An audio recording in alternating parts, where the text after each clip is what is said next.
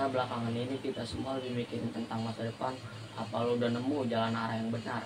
Mungkin gue rasa gue udah mulai mengerti apa gue inginkan dalam hidup. Gue nggak lagi merasa bingung kayak dulu. Gue juga, gue kadang lagi gak merasa, kadang gue gak punya tujuan. Tapi tujuan itu hanya bukan untuk kesuksesan juga, tapi tentang apa yang kita usaha dan kita berani mengambil resikonya juga. Tapi gimana kalau tujuan kita nggak selalu sejalan? Kadang gue mikir apa yang gue inginkan nggak selalu sama dengan kalian. Itu normal ya. Setiap orang punya tujuan dalam hidupnya. Yang paling penting kita jangan lupakan satu sama lain dalam perjalanan kita. Rasa kita udah banyak belajar tentang kompromi dan memahami perbedaan. Kita bisa terus maju dengan cara kita masing-masing selama kita masih mendukung. Gue rasa ini adalah waktu yang tepat untuk gue ngomong semuanya. Kadang gue ngerasa bahwa gue gak berani untuk menjalani hidup yang sesuai dengan apa yang gue inginkan.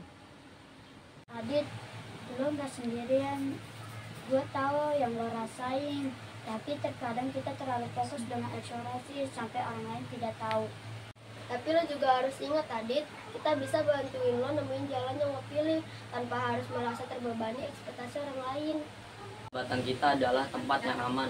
Lo bisa jadi diri lo sendiri tanpa takut. Itu yang bikin kita kuat. Harus percaya sama diri kita. Kalau kita nggak percaya sama diri kita, gimana orang lain bisa percaya sama kita? Siap dengan pilihan yang diambil. Kita harus benar-benar memilih apa yang terbaik untuk diri kita sendiri. Gue udah mikir panjang Dika. Gue tahu gue harus memilih jalur yang mungkin gak sesuai dengan ekspektasi orang lain. Tapi itu yang membuat gue bahagia. Lo udah siap Maya? Gue yakin lo bisa melangkah jauh. Tapi apa yang terjadi kalau seandainya kita salah untuk mengambil keputusan? Apa bisa keputusan itu menjadi titik yang sama dengan apa yang kita inginkan? Kita nggak bisa ubah masa lalu, tapi kita bisa berusaha sebaik mungkin. Jadi apa yang kita pilih sekarang? Kita yang penting jangan takut kalah. Kekalahan itu kita bisa belajar lebih banyak. Kita mungkin nggak tahu apa yang akan datang, tapi satu hal yang pasti, kita punya satu sama lain. Kita nggak perlu takut untuk menghadapi apapun bersama. Persahabatan ini udah lebih dari kata cukup untuk membawa kita lewati apa saja. Mau berjalan bersama sekarang, kita bisa ke depannya berjalan bersama apapun yang terjadi. Kita gak akan pernah jalan sendirian lagi. Kita harus sama-sama sampai punya tujuan yang sama. Udah ngalamin banyak hal.